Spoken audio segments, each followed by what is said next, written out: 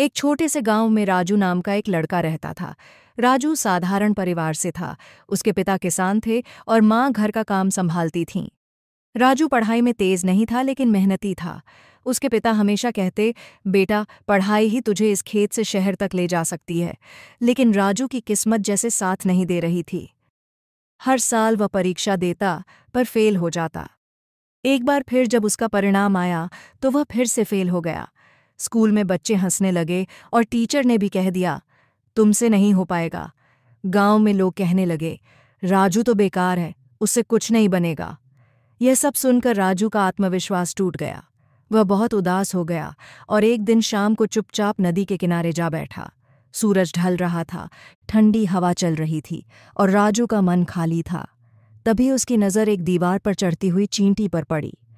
वह एक दाना उठाकर ऊपर चढ़ने की कोशिश कर रही थी, लेकिन बार बार गिर जाती थी। राजू ने उसे ध्यान से देखा।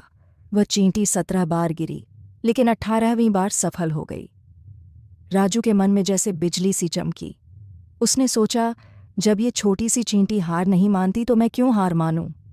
उसी पल से राजू ने ठान लिया कि अब वह जी जान लगाकर मेहनत करेगा।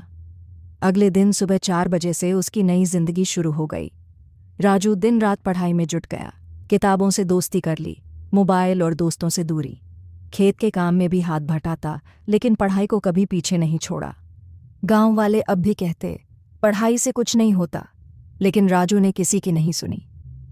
1 साल बाद फिर परीक्षा का समय आया। इस बार राजू आत्मविश्वास से भरा हुआ था। परीक्षा दी और जब रिजल्ट आया तो सब हैरान रह गए। राजू पूरे जिले में टॉपर बना था। वहीं लोग जो कभी उसका मजाक उड़ाते थे, अब उसके दरवाजे मिठाई लेकर खड़े थे।